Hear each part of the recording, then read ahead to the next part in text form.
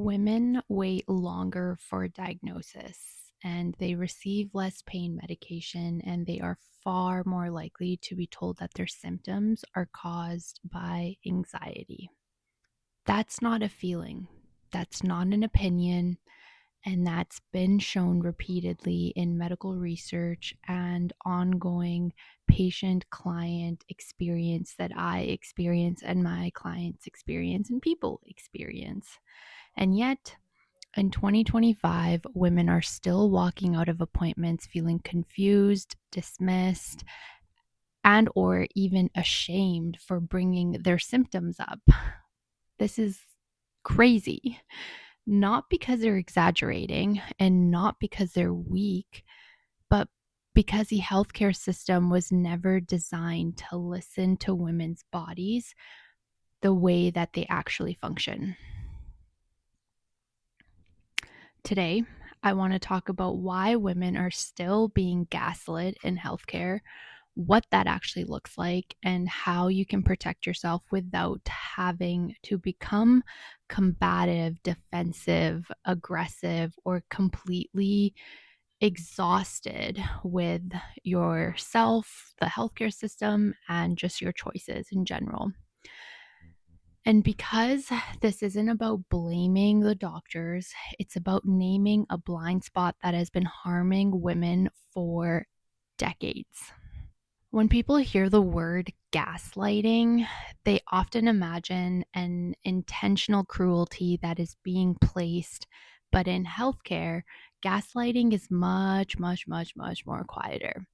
It looks like being told your labs are normal, or you're just below the number amount, but you feel the effects of that just below, but it's deemed normal. So your symptoms must not matter if the labs are normal. It looks like being reassured while your quality of life continues to decline. And over time, something subtle but something very, very dangerous happens.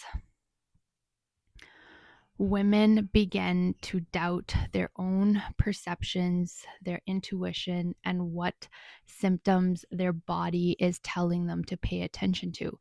They stop trusting their bodies, they delay the care, and they minimize pain just so that they don't get told that it was anxiety or it's all in their head. That's not resilience. This isn't a badge of honor that you should be wearing. That's conditioning. There's 4 ways that women get dismissed the most. Number 1 is pain. Women's pain is not taken seriously as men's. We can see that with women that go through endometriosis and the delayed diagnosis of endo and minimizing their pain in endo. Women wait longer in emergency rooms. They're less likely to receive adequate pain control because they don't think that they're actually in that much pain. And with chronic pain, especially pelvic pain like endometriosis, is often normalized. If pain can't be seen on imaging, it's more likely to be minimized. But pain is not a character flaw. It's information that your body is telling you about what's wrong, how to fix it, and what patterns in the body are causing this disharmony to happen in the body in the first place. The second place women get dismissed the most is anything to do with hormones. Hormone symptoms are one of the most common areas where women are dismissed. Your labs are normal. That's just PMS. Birth control will take care of it. Irregular cycles, severe cramps, mood changes, fatigue, these are all treated as inconvenience instead of clinical signals that the body's telling you. And don't even get me started on perimenopause. Many women aren't even told they're in it until somebody in their family has gone through it and have the close connection to kind of bounce ideas off of, hey, I'm going through this. And then they're like, okay, this is what I went through before I went into menopause or had menopause or I stopped my periods. Like women are just often expected to function normally through hormonal chaos that's happening in these transitionary phases where they should be more supported instead of suppressed and or given more hormones to be regulated. Not to say that's a bad way of going about it. Some people need the estrogen to handle that perimenopausal and menopausal symptoms that arise. It depends. Everybody's different. Third place women get dismissed is mental health labeling. Anxiety has become a catch all diagnosis. Shortness of breath, palpitations, GI symptoms, fatigue. Yep, that's only anxiety. And anxiety can be a part of the picture. Yes, that might be something that they're experiencing, but that's because their body is also signaling to them that something's wrong. But when it happens, when it becomes the only explanation, something important is missed, especially in women with trauma histories, high responsibility, or even chronic stress.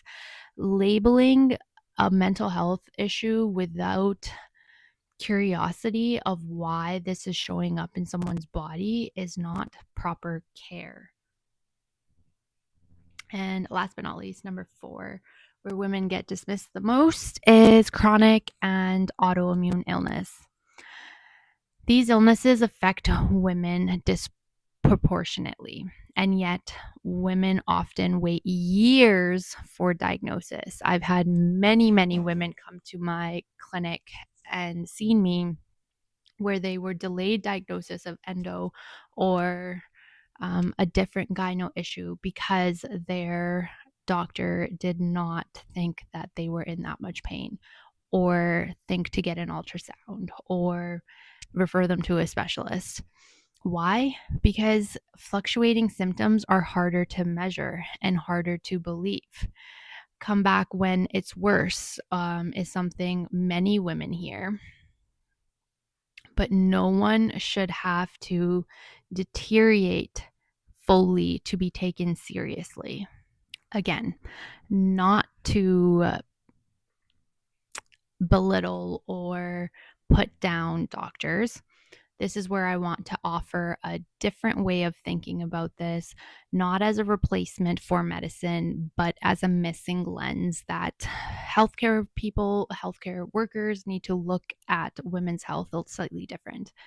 Traditional Chinese medicine has always worked with patterns over time: cycles, energy, sleep, digestion, emotional regulation.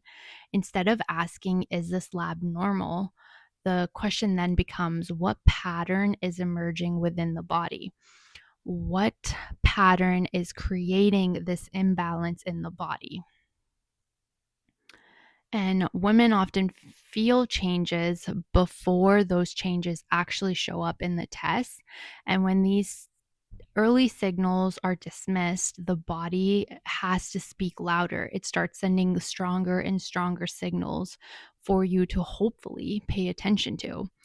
From a traditional Chinese medicine perspective, long-term dismissal effects of the Shen, the mind spirit connection, it creates hypervigilance, anxiety, exhaustion, and disconnection in the body. And not because women are fragile, but because being unheard is very stressful. Just think about a time where you're in a group setting and you're not being heard. Imagine feeling that feeling constantly and going to someone who's supposed to take care of you, but feeling that way again when that person isn't listening, you're not feeling seen, you're not feeling heard, and you're feeling dismissed. So, why does this continue in 2025 is my question, and it should be your question.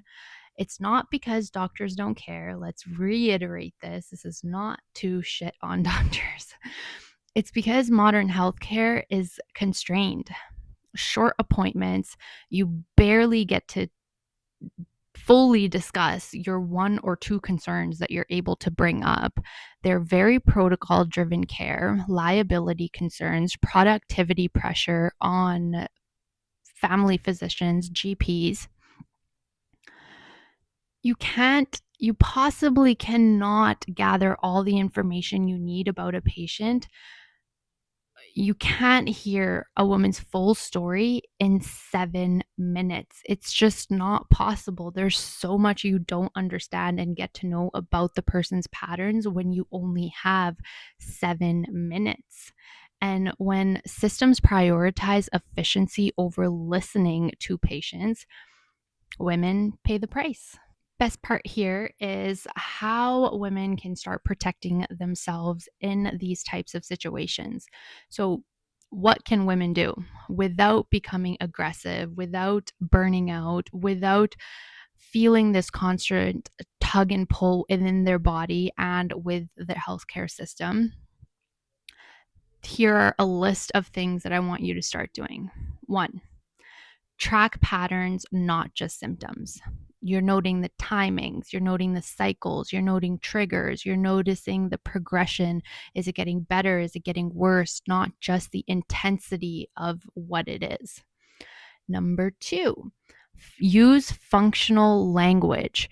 Instead of saying, I feel off, say, these symptoms is affecting my sleep, my work, my function, so that they can understand the level of how bad all of this is affecting you. Number 3, ask better questions. I also have another video of how to stand up for yourself in hospital settings in healthcare. Ask better ask better questions.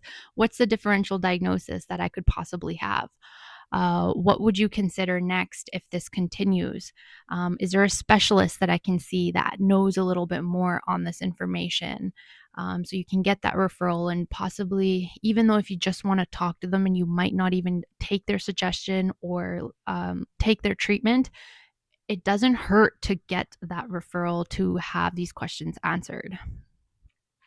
Number 4, bring timelines. Written timelines help providers see patterns much faster than just guesswork of you telling, oh, it happened 1 time or 2 times. If there is a few times that's happened, write down the consistency, the timings around it, what you were doing, so that they can paint a better picture in their mind of what and why this is happening.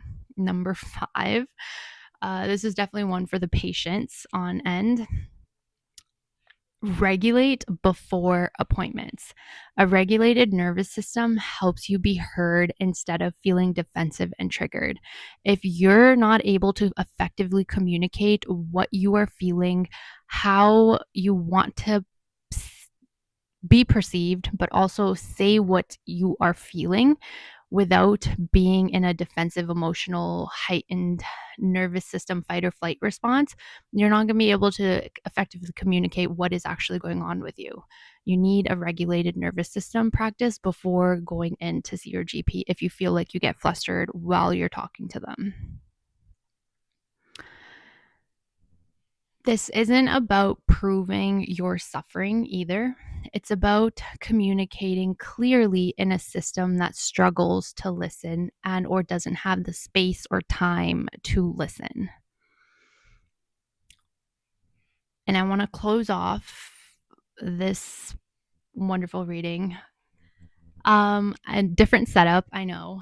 And I know you guys don't like this mic, but I am at a different location and I don't have my big mic. So suck it up, and it's not even or whatever. So you'll just have to deal with this one, okay? My closing remarks for this topic. I know this was a controversial topic, so women are not broken.